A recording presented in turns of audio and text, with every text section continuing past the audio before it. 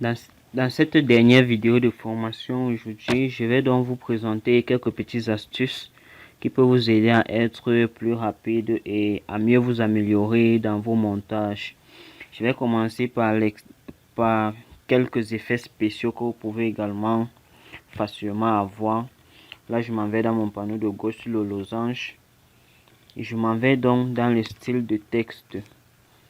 Je cherche certains styles de texte. Je prends peut-être le texte style géométrique.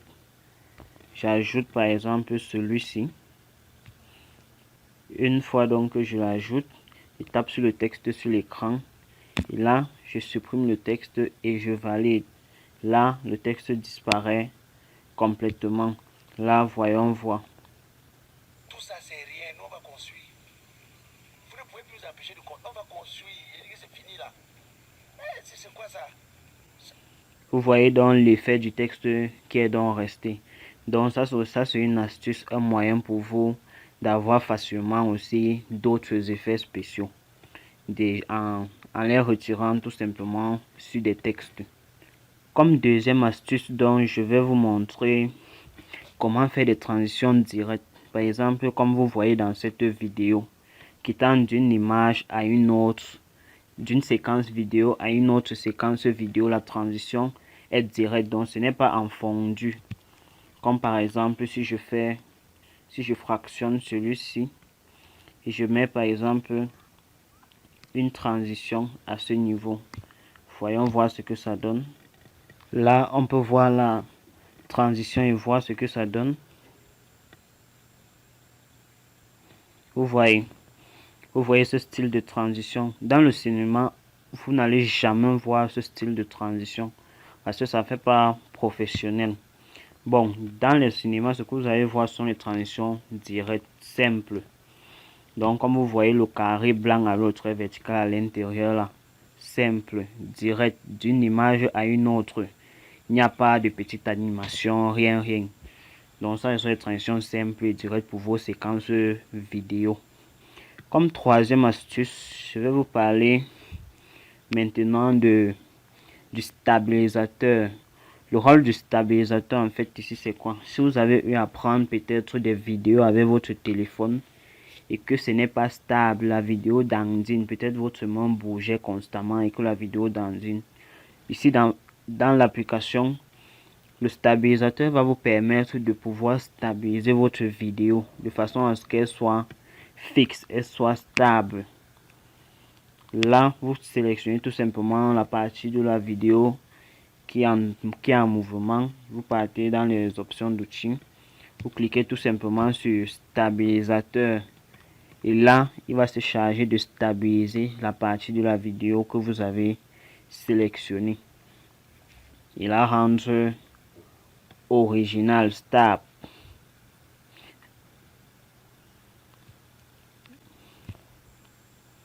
Une fois que vous l'avez stabilisée, elle est propre, elle ne bouge pas. Maintenant, comme autre astuce sur les vidéos, je vais vous montrer comment faire les ralentissements et les accélérations. Si je prends par exemple à ce niveau, bon, voyons, je décale un peu. Si je fractionne à ce niveau, et là, et je fractionne également à ce niveau. Si on voit, là, la vidéo est normale. Je vais dupliquer ce que j'ai fractionné. Là, je vais le dupliquer.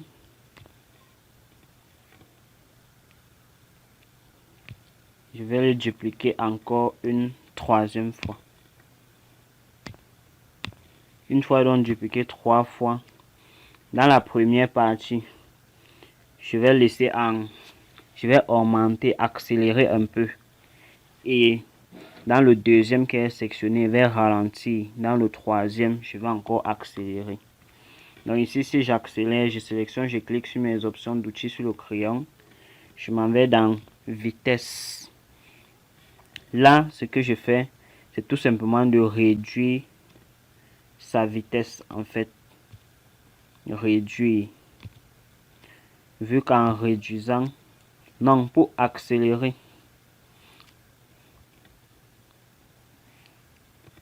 là je vais tout simplement augmenter sa vitesse. Vous voyez que en augmentant sa vitesse, ça réduit aussi la durée de la vidéo. Une fois que la durée de la vidéo se réduit, ça veut dire que la vidéo doit être accélérée. Une fois que la vitesse de la vidéo se réduit, ça veut dire que la vidéo doit être au ralenti. Donc là, j'essaie plutôt d'augmenter la vitesse pour pouvoir accélérer la vidéo. Et là, voyons voir ce que ça donne.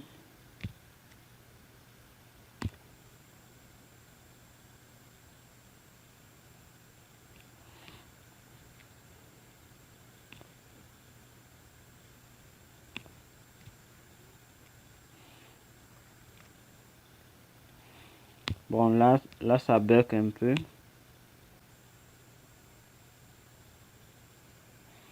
Voilà, je pense que vous avez vu l'effet que ça fait. Ici, là, je vais essayer de réduire. Donc là, je réduis pour pouvoir augmenter la vitesse de la... pour pouvoir augmenter la durée de la vidéo. Bon, et dans le dernier, je laisse en normal. Voyons voir ce qui doit se passer. Là, la vidéo est en normal. Quand ça va arriver où ça doit accélérer, vous allez voir. Bon, là, ça a coupé. Maintenant, vous voyez comment ça en ralentit. Et là, c'est en normal. Donc, vous avez vu comment faire les accélérés et les ralentissements. Là, je vais supprimer cette vidéo, prendre une autre vidéo pour réexpliquer de nouveau. Là, j'essaye de supprimer ma vidéo. Bon, je laisse là. J'ajoute, je cherche une autre vidéo. Là, je vais prendre cette vidéo. Elle est parfaite.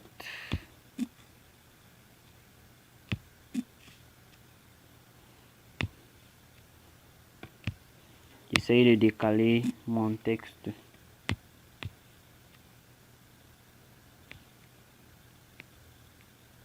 Voilà, vu que les deux sont en train de marcher, regardons d'abord.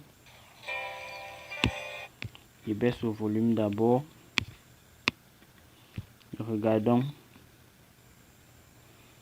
Là, il marche normalement. Tout se passe normalement. Ce que nous allons donc faire à ce niveau où ils sont en train de marcher.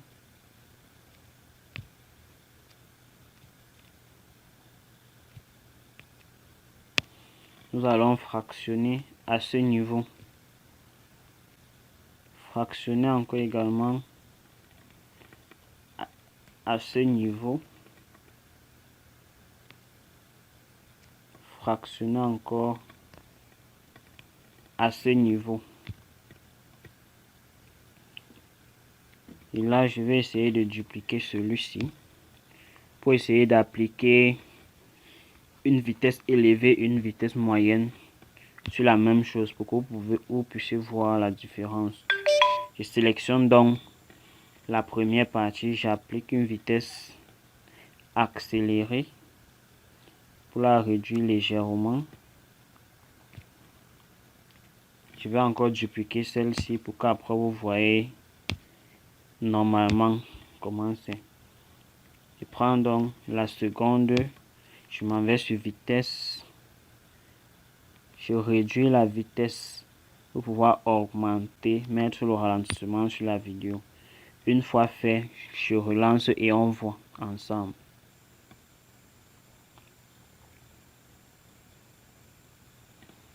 Bon, là la vitesse était trop rapide, raison pour laquelle comme c'est très coûteux, ça saute un peu. Mais vous observez quand même bien sur le ralentissement comment ils ralentissent. Et après on a la vidéo normale. Donc c'est cette petite astuce que je voulais vous montrer également. Comme parfois vous voyez aussi dans les musiques, dans certaines vidéos, il y a une accélération, il y a un ralentissement. Ces petites astuces que je tenais à partager avec vous pour clôturer donc les vidéos de cette formation. À bientôt pour la suite des formations, pour les prochaines formations. Alors, si vous avez été satisfait par notre formation, n'oubliez pas de vous abonner à notre chaîne YouTube KTech Future et sur notre page Facebook KT Digital Group pour nous encourager. Ça fait toujours un plaisir. Merci.